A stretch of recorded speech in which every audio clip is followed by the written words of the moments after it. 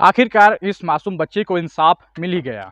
नमस्कार, मैं चंदन पटेल और आप भी देख रहे हैं दैनिक बाद न्यूज।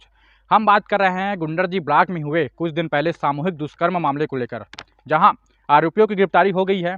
मामले की संक्षिप्त विवरण इस प्रकार है कि यह घटना 15 जनवरी की बीती रात करीबन 7 या 8 बजे का बताया जा रहा है, जहां गुंडरजी ब्लॉक में एक युवती है जो काम करने आती थी आसपास के गाँव से।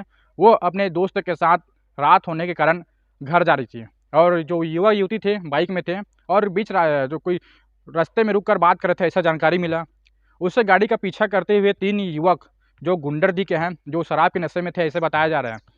वो युवती और युवक के पास जाकर उसके साथ जो युवक है उसके साथ मारपीट करने लगे और जो युवक को मारपीट कर जान से मारने की धमकी देकर उसे भगा दिया गया। और जो युवती है उसको ज़बरदस्ती उठाकर सुनसान जगह में ले जाकर उसके साथ बारी बारी से दुष्कर्म जैसा अपराध किया है, गंभीर अपराध किया है।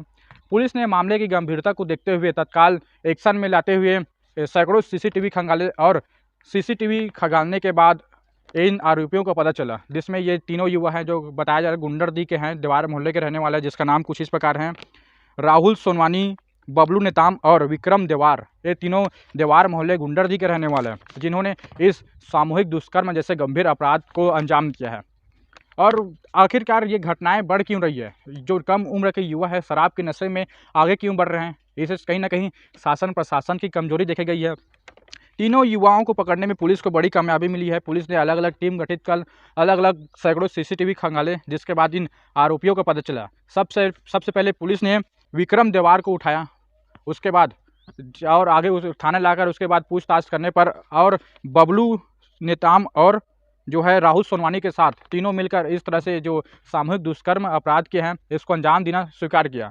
और उसके घटना के बाद 2 आरोपी है जो है राहुल सोनवानी और विक्रम देवार, वो घटना स्थल से फरार हो गया था, जिसे कवर्धा और नागपुर जैसे शहरों से जो है अपने ऐसे बताया जा रहा है कि जो कवर्धा और नागपुर में है ये अपने रिलेशन के यहाँ छुप रहे थे।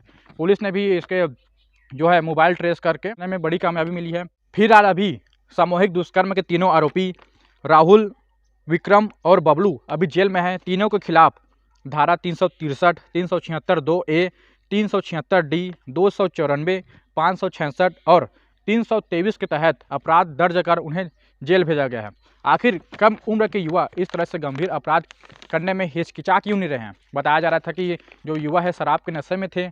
आखिर गुंडरदेह में इस तरह से अवैध जो मादक पदार्थ है, गांजा, शराब, इसमें शिकंजा पुलिस क्यों नहीं कस पा रहा है? बड़ा सवाल खड़ा हो रहा है पुलिस प्रशासन को लेकर, शासन प्रशासन को लेकर।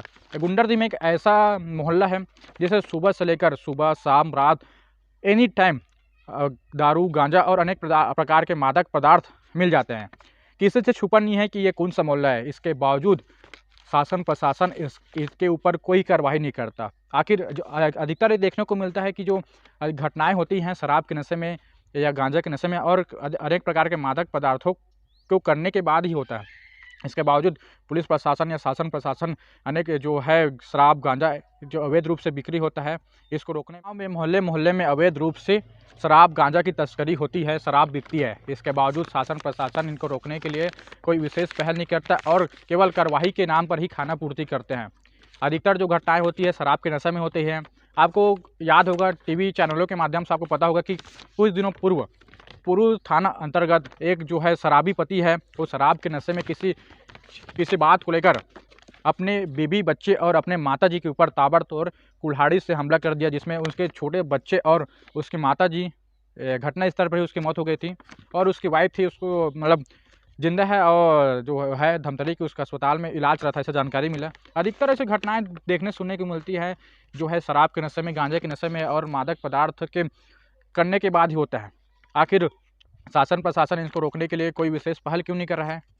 अभी गुंडरदी में जो है सामूहिक दुष्कर्म जैसा घटना घटा है, जो कि गुंडरदी ब्लॉक में ये पहला घटना है और अखबारों के माध्यम से पता चला है कि 6 सालों में ये तीसरा घटना है, लेकिन गुंडरदी ब्लॉक में ये पहला घटना है इस तरह से सामूहिक दुष्कर्म जैसा अपराध हुआ है। आखिर जो आरोपी है इन सब घटनाओं को अंजाम देने से भयभीत क्यों नहीं हो रहे हैं? आखिर बालोद जिले में इतने अपराध क्यों बढ़ रहे हैं?